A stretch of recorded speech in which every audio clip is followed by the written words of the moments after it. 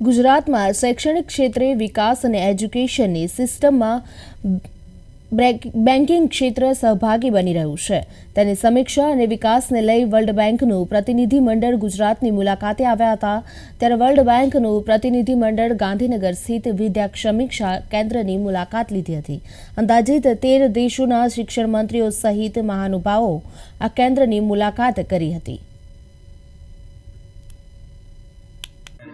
આજે વર્લ્ડ બેંकना આ કાર્યક્રમ છે।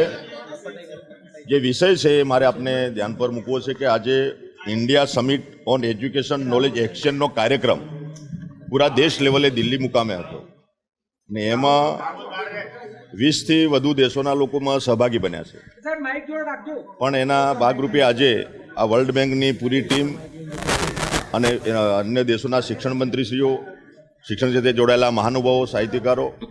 અધિકારીશ્રીઓ આજે અહીંયા આપણી વિદ્યા સમીક્ષા કેન્દ્ર જે છે ગુજરાતમાં જે ચાલે છે, જેનું સન્માનીય દેશના પ્રધાનમંત્રી નરેન્દ્રભાઈ મોદી સાહેબનું આ વિઝન અને મિશન જે છે, સૌનો સાથ, સૌનો વિકાસ, સૌનો પ્રયાસ અને સૌનો વિશ્વાસ, બધાને સાથે લઈને દરેકને શિક્ષણ પ્રાપ્ત થાય એ હેતુથી આ વિદ્યા સમીક્ષા કેન્દ્રની જે સ્થાપના થઈ છે ને એમાં આજે ગ્લોબલ ડિરેક્ટર, વર્લ્ડ બેંકના જે ગ્લોબલ ડિરેક્ટર જે છે શ્રીમાન લુઈ પણ આજે પધારી, એમની ટીમ સાથે એ પધારી આજની મુલાકાતે આવે છે કે એક વિદ્યા સમીક્ષા કેન્દ્ર આવું એક મોડલ હોય અને જે શિક્ષણ ક્ષેત્રે ખૂબ સરસ કામગીરી કરતી હોય।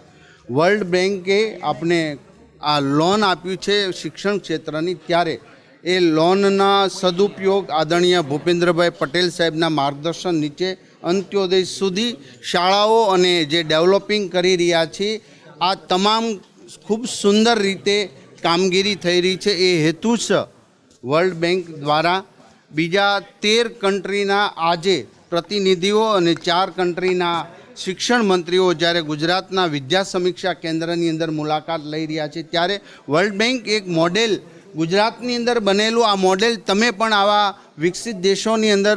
શિક્ષણ ક્ષેત્રની કામગીરી કરવી જોઈએ એ એક પ્રેક્ટિસ મોડેલ તરીકે અહીંયા એમને જ્યારે પ્રેઝન્ટેશન કરવાનું છે, ત્યારે આ 13 દેશોના આવેલા પ્રતિનિધિઓને આપણે સૌ એક ગુજરાતના તરીકે એમનું સ્વાગત કરીએ છીએ।